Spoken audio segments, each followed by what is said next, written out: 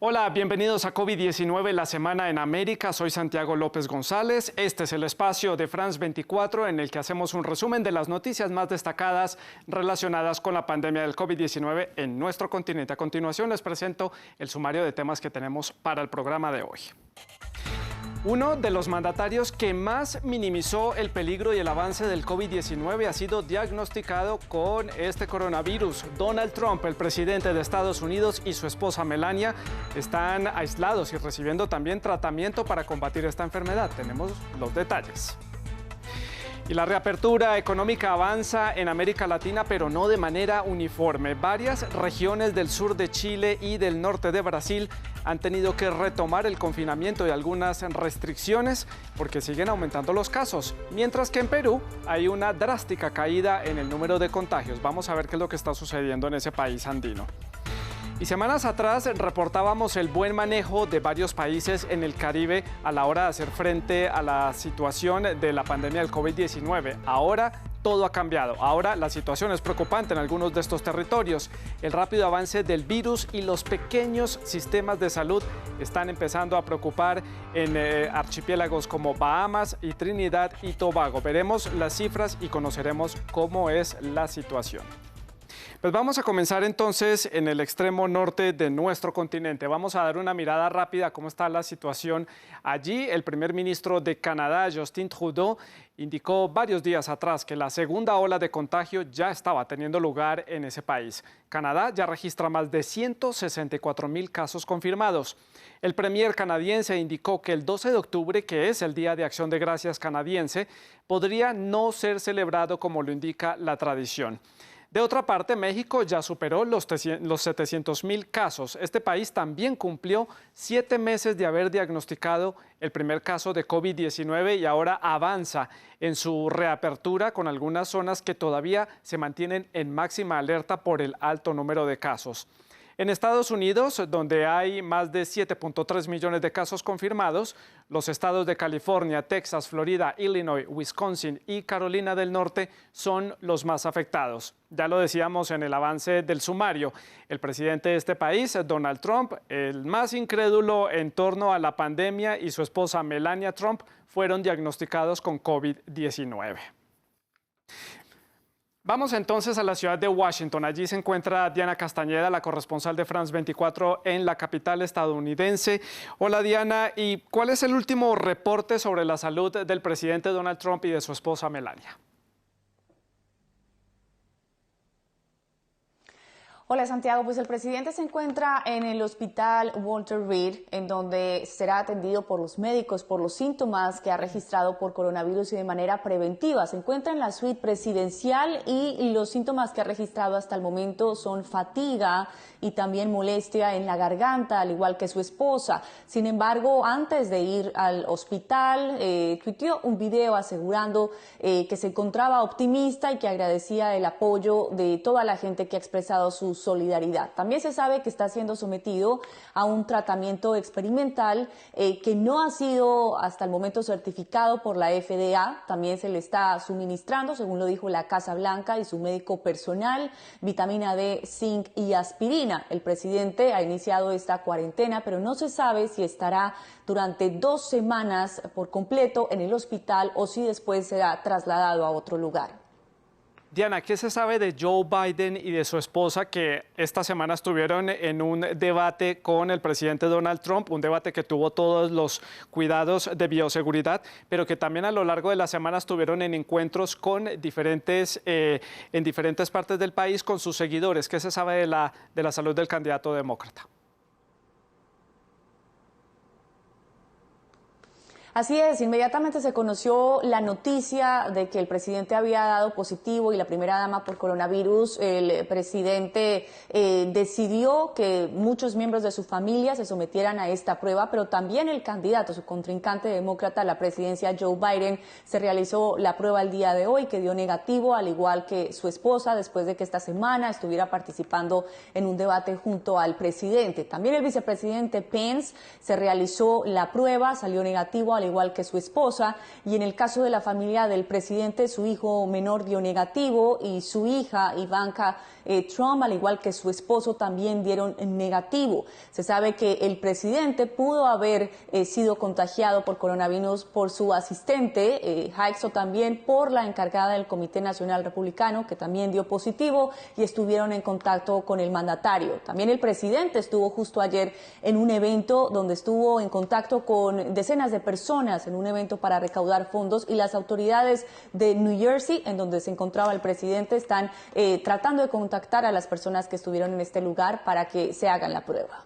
Diana, estamos en las semanas más importantes de la campaña presidencial para las elecciones del 3 de noviembre. ¿Cómo afecta esta noticia el debate vicepresidencial que está previsto para el 7 de octubre en el estado de Utah? Bueno, pues hasta el momento la campaña del presidente no ha dicho nada sobre si será cancelado o no este debate, que se espera que se realice en Salt Lake City, en la Universidad de Utah, con el vicepresidente Pence y con la fórmula, la vicepresidencia por el Partido Demócrata, Kamala Harris. Pero lo que se sabe es que el presidente ha cancelado pues todos los rallies, todos estos grandes eventos en donde tenía contacto con miles de personas. También ha cancelado los eventos para recaudar fondos que tenían contacto con personas. La campaña ha dicho que todavía no sabe si para el próximo debate que tenía el presidente Donald Trump con Biden se hará de manera virtual, pero que están estudiando cambios en el formato que dependerán de cómo avance el estado de salud del presidente y su recuperación. Después de este diagnóstico, Diana, Donald Trump tendrá que estar por unas semanas fuera de sus actividades, como ya usted lo decía, pero es que también queda de lado la actividad como presidente de Estados Unidos, como candidato de los republicanos. ¿Cómo afecta entonces esto el proceso electoral? Ya usted nos daba unas luces de cómo afecta un poco y las modificaciones que tendrán que hacer en la campaña de los republicanos, pero el mandatario es el presidente también, entonces Donald Trump es el presidente, entonces pues afecta también la presidencia. Así es muy cierto. Quedan 32 días para las elecciones y básicamente la Constitución, en su enmienda número 25, establece que cuando un presidente no puede cumplir sus funciones, se debe hacer un juramento al vicepresidente, quien asume las funciones de presidente. En el caso de que el presidente Donald Trump tuviera que llegar, digamos, a este escenario, sería Mike Pence quien tendría que llevar a cabo las funciones, pero si el presidente, pues, después registra una recuperación completa, esta sería una transición simplemente momentánea, en el caso de que se llegara a presentar este escenario. Sin embargo, hoy, precisamente, la Casa Blanca aseguró que el vicepresidente Pence no había juramentado, es decir, que el presidente Donald Trump continúa realizando sus funciones. Y se sabe que también en esta suite presidencial, en el Hospital Reed, tiene una oficina. Lo que no se sabe es por cuánto tiempo continuará ejerciendo las funciones. Esto dependerá de su estado de salud. Y vamos a seguir muy atentos a lo que ocurra allí en la ciudad de Washington. Diana, muchas gracias por este reporte en torno a la salud del presidente y también candidato a la presidencia de Estados Unidos, Donald Trump. Vamos a seguir en ese país norteamericano porque más de 25,000 restaurantes de la ciudad de Nueva York comenzaron poco a poco a abrir las puertas nuevamente, a recibir también clientes después de 6 meses de cierre. Pero después de haber sido uno de los focos de la pandemia del COVID-19, ¿están verdaderamente los neoyorquinos listos para regresar a los restaurantes? Veamos a continuación. Bajo estrictas medidas, los restaurantes abren su interior en Nueva York. El personal debe cambiar su mascarilla cada 20 minutos y lavarse las manos cada 15. Además, se toma la temperatura de cada persona que ingresa. Pero que los restaurantes regresen no significa que los clientes lo harán. Muchas personas aún tienen miedo de salir o su economía no se los permite. Para mí es un poco conflictivo. Estoy feliz de estar afuera ahora y me gustaría que los restaurantes invirtieran más en calentadores y permitir cenar al aire libre el tiempo que sea necesario.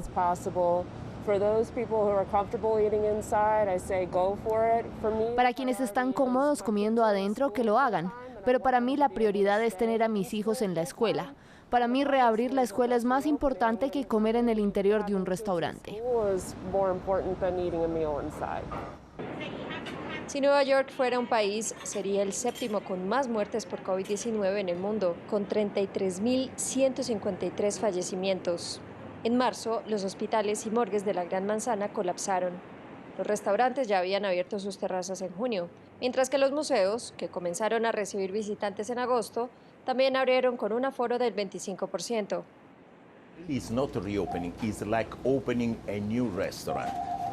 No es una reapertura, es como abrir un restaurante nuevo. Tuvimos que recontratar personas y entrenarlas y finalmente nos permitieron abrir el interior. Tenemos 25% de capacidad, así que con muy pocas sillas, pero es mejor que nada. Las autoridades de Nueva York también permitieron la reapertura gradual de las escuelas. Sin embargo, el aumento de casos en varios sectores aún es motivo de preocupación. Y nos vamos ahora hasta América del Sur. Allí avanza la primavera austral, pero también está avanzando la reapertura en algunos de los países y, por supuesto, la constante lucha contra el COVID-19. Veamos algunas de las cifras. Comenzamos en Guyana. Este país suramericano, aquí lo ven en verde, está registrando cerca de 2.900 casos. Su población es de 500.000 de habitantes y tiene un sistema de salud muy pequeño y con pocos recursos.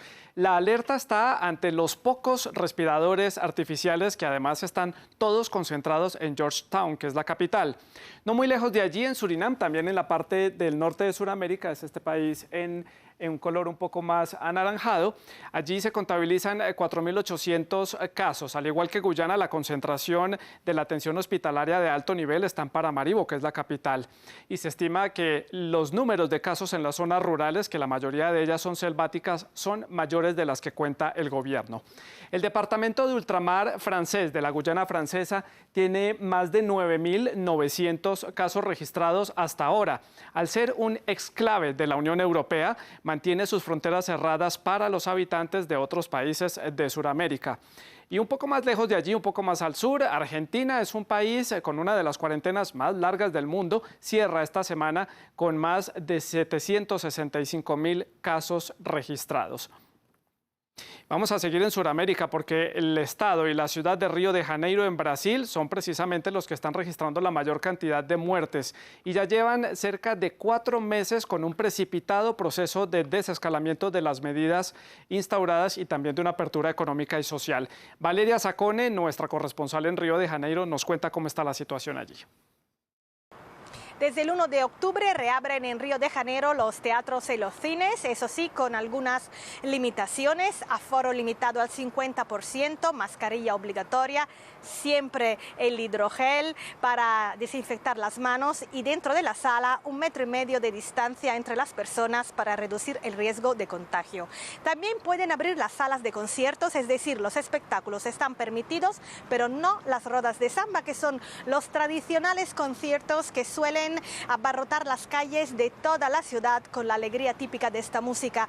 Tampoco pueden reabrir de momento las escuelas de samba y esto es un gran golpe para este sector que factura muchos millones de dólares cada año. De hecho, la semana pasada supimos que el carnaval de febrero ha sido de momento suspendido sin conocer una fecha porque se espera a que haya una vacuna. Curiosamente, las playas están cerradas, a pesar de que hemos visto desde hace semanas la imagen de muchas personas tomando el sol y tomando baño. En teoría, se puede solamente acceder a la playa para hacer deporte o para estar dentro del agua, pero no hay controles y los cariocas no aguantan este calor, no aguantan 7 meses de reclusión y están acudiendo numerosos a las playas todos los fines de semana en un momento en que la ciudad se acerca a los 19.000 muertos y tenemos una curva muy ascendiente desde hace 17 días. El 1 de octubre fue el primer día en que hubo una pequeña estabilización, pero los especialistas están poniendo el grito en el cielo, los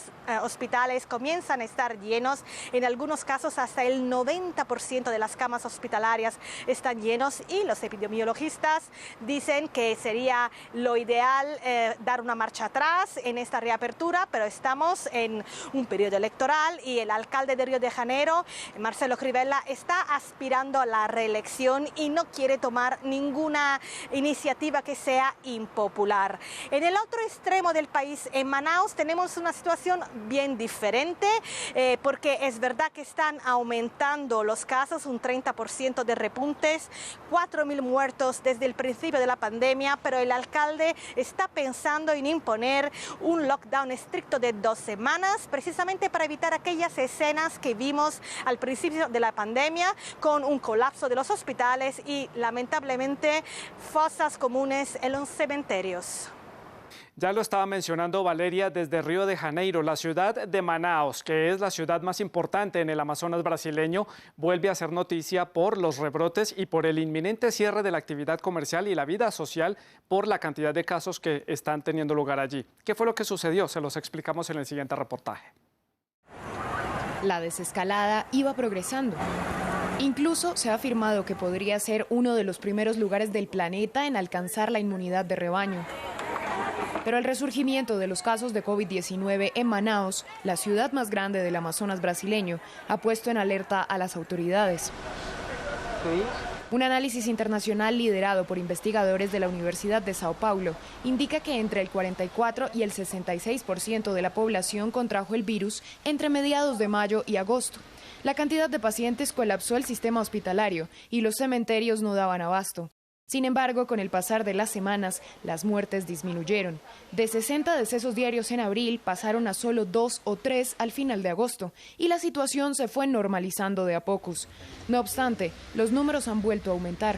Es por ello que desde el viernes, las autoridades locales decidieron cerrar playas y bares, prohibir reuniones y restringir las horas de funcionamiento de restaurantes y tiendas durante 30 días. As autoridades gubernamentais falarem a sério, dizerem a verdade. El gobierno debe tomarse esto en serio y hablar con la verdad, decir lo que está pasando y lo que no por 2 razones. De que aquí no tem problema. Si dicen que no hay problema, no recibiremos ayuda. Si dice que no hay problema, eso impulsará a las personas a ignorar nuestros decretos. Las autoridades han indicado que los contagios se han incrementado entre personas jóvenes que asisten a lugares públicos y desarrollan síntomas leves. Sin embargo, ellos contagian a familiares mayores que a menudo terminan bajo tratamiento hospitalario. Y algunas regiones de Chile ya sienten el buen clima de la primavera austral. Esto ha acompañado a los habitantes, sobre todo los que residen en la región metropolitana, en donde ya hay prácticamente una apertura total. Caso contrario sucede en el sur del país. Así es como está la situación en este país. Para unos pocos fue un día más en la capital chilena. Para otros, primer día de libertad tras varios meses de restricciones. Ya se deseaba porque ya era mucho el encierro, ya estábamos colapsando. El elevado número de contagios de coronavirus que registró la capital chilena obligó a las autoridades a implementar una de las más largas y restrictivas cuarentenas. La movilidad fue limitada al mínimo y lugares emblemáticos de la ciudad fueron cerrados. Sabemos que es una etapa positiva porque vamos avanzando en este paso a paso, pero también decirles que estamos en pandemia y si no respetamos las medidas y si aumentan los casos vamos a tener que retroceder, cosa que las personas no quieren hacer porque el impacto negativo que tiene estar en cuarentena es muy grande, no solamente para ellos sino que para toda la familia. Para muchos de quienes estuvieron bajo las restricciones, la retoma de actividades era ya un imperativo. La gente necesita trabajar, pero creo que no están dadas las condiciones todavía. Porque si tú me preguntas si en Puente Alto tuvimos cuarentena, nunca la hubo. El zoológico de la ciudad y sitios para tomar un café estuvieron entre los más visitados. Después de 7 meses, el Buin Zoo vuelve a abrir sus puertas en una etapa COVID. Estamos con un recorrido que es diferente, con reservas, con una serie de cosas que no son parte de nuestra cultura para visitar lugares como el nuestro. Chile es la sexta nación en América Latina más afectada por casos de coronavirus, con casi 460.000 contagios y más de 12.000 muertes. Y en menos de un mes, el país celebrará un plebiscito nacional por una nueva constitución. Nos vamos hasta Santiago, la capital de Chile. Allí se encuentra Patricia Luna, nuestra corresponsal, quien nos va a dar más detalles de la situación allí. Hola Patricia, denos por favor impresiones de primera mano, porque usted está allí en la ciudad de Santiago, en el área metropolitana, de cómo avanza esa apertura prácticamente total de la capital chilena. Hola Santiago, pues a las 5 de esta mañana las dos comunas de la región metropolitana que siguen confinadas, Renque y Paine, saldrán finalmente de su confinamiento, avanzarán a la fase 2 de las 5 del gobierno y con esto por primera vez en 6 meses la región metropolitana que concentra a 8 de los 18 millones de chilenos estará totalmente desconfinada. Hoy salimos a la calle y vimos muchísima gente en las calles, todos con mascarilla, algunos guardando la distancia social, otros no. Una vuelta del tráfico a la normalidad, mucho tráfico en Santiago como suele ser habitual, nuevos niveles de contaminación parecidos a los que se registraban antes de la pandemia. Recordemos que con la pandemia la contaminación, al reducirse la movilidad, también bajó en la ciudad y por primera vez en el centro de Santiago se veía también a personas tomando una cerveza un viernes por la tarde en una terraza en los restaurantes en Santiago. La sensación en la región metropolitana es de vuelta a la normalidad prácticamente total. Patricia, allí en Chile el gobierno nacional del presidente Sebastián Piñera presentó un plan para volver a las clases presenciales, pero el plan parece que no está funcionando muy bien. ¿Qué fue lo que pasó? Así es, el gobierno lleva impulsando durante mucho tiempo la vuelta a las clases. Esto viene desde hace semanas y finalmente esta semana se lanzó un plan piloto en Pirque, una comuna a las afueras de Santiago, en 5 colegios. El resultado fue un fracaso absoluto. En muchos lugares había más prensa que alumnos. En un colegio llegó un alumno y al ver toda la prensa salió corriendo asustado y en el colegio que más alumnos registró fueron un total de 20 personas. Sin embargo, el ministro de Educación, Raúl Figueroa, hizo un balance positivo porque el gobierno está impulsando fuertemente la vuelta a las aulas para que las mamás, que han sido uno de los sectores más afectados por el desempleo durante la pandemia, las mujeres puedan volver a retomar su actividad económica. También llama mucho la atención, Patricia, la situación que se está presentando en las regiones del sur, la región de Magallanes, Aysén, Los Lagos, Los Ríos y de la Araucanía. Están presentando todavía muchos casos de contagio para el tamaño de la población que hay allí. ¿Qué es lo que está pasando allí en el sur del país?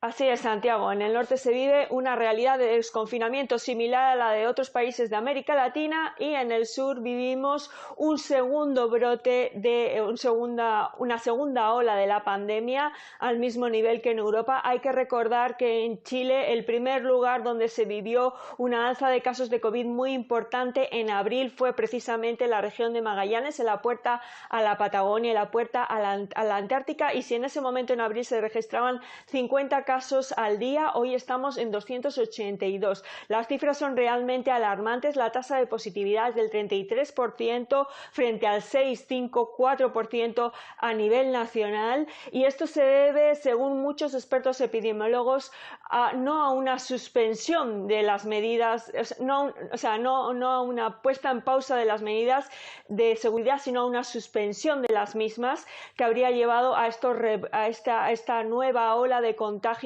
muy fuerte. También para muchos la descoordinación entre los distintos niveles de autoridades locales, regionales, nacionales habría llevado a estas cifras que son significativas. En este momento, en el último mes, 40 pacientes de esa región que tiene muy poca población fueron trasladados a la región metropolitana para ser tratados por coronavirus, mientras que en abril habían sido un total de 15. Así que preocupa mucho lo que ocurre en Magallanes como un indicio de lo que puede suceder en el resto del país en las próximas semanas. Además que, insisto en el tema del clima, Patricia, en estas regiones todavía está haciendo frío, se han presentado nevadas en el extremo sur del país, entonces el panorama allí es muy distinto a lo que se registra en Santiago y en el norte grande de Chile. Muchas gracias, Patricia, por este reporte desde la ciudad de Santiago. Y en Perú, después de 7 meses de restricciones, el mes de octubre comenzó con el optimismo para todos los peruanos por ser el inicio también de la última fase de la reapertura que le va a permitir a este país recuperar los puestos de trabajo y esa estrepitosa caída de la economía peruana que ha dejado la pandemia del COVID-19 que todavía siguen combatiendo. Allí se encuentra Francisco Zacarías, quien está en la ciudad de Lima, la capital peruana. Hola, Francisco. Casi 200 días en estado de emergencia allí en Perú y ya entraron, tal parece, en la recta final para la reapertura completa de la economía. ¿Cómo está avanzando este proceso? Buenas noches. Santiago, le cuento que esta reactivación, la cuarta fase, es parcial.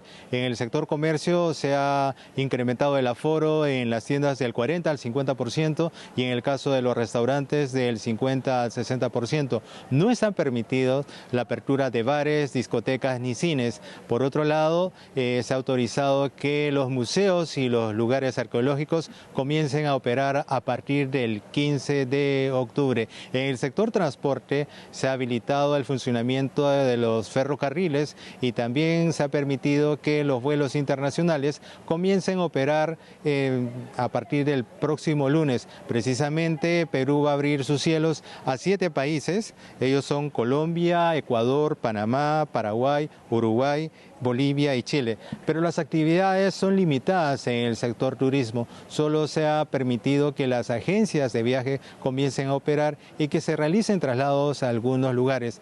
Hace falta condiciones que garanticen un acceso seguro a lugares turísticos, como es el caso de Machu Picchu, donde sus autoridades han señalado que los protocolos sanitarios no están completos al 100%, inclusive ellos están pidiendo la dotación de ambulancias y balones de oxígeno en la eventualidad de un cuadro de contagios. Es así que esta situación, como ellos están diciendo que hace falta protocolos sanitarios, está ralentizando que la ciudadela inca todavía no comience a recibir turistas ni los visitantes habituales. Francisco, estábamos hablando de la caída que ha tenido la economía peruana. El Producto Interno Bruto de Perú ha sido de los que más se ha contraído en la región de América Latina. ¿Cómo empieza entonces esta cuarta etapa, este proceso para reconstruir la economía de ese país? Sí, justamente las autoridades tienen sus expectativas de que esta cuarta fase dinamice aún más la economía. Se espera que en esta cuarta etapa permita que haya lo que es recuperar el desempleo. Justamente más de 6 millones de peruanos perdieron sus puestos de trabajo por el largo confinamiento. Otro factor es recuperar el Producto Bruto Interno. Como usted lo señalaba, las autoridades peruanas dijeron que el Producto Bruto Interno iba a caer 12% este año, pero algunos expertos han afirmado que eso podría llegar inclusive hasta el 15%. Otro desafío va a ser recuperar, o mejor dicho, reforzar la lucha contra la pobreza. Tan solo el Banco Central de Reserva de este país ha anunciado que un 27% de peruanos podrían quedar en situación de pobreza. Esto, traducido por algunos expertos locales, es que al final de año el país podría tener más de 8 millones de peruanos en situación de pobreza.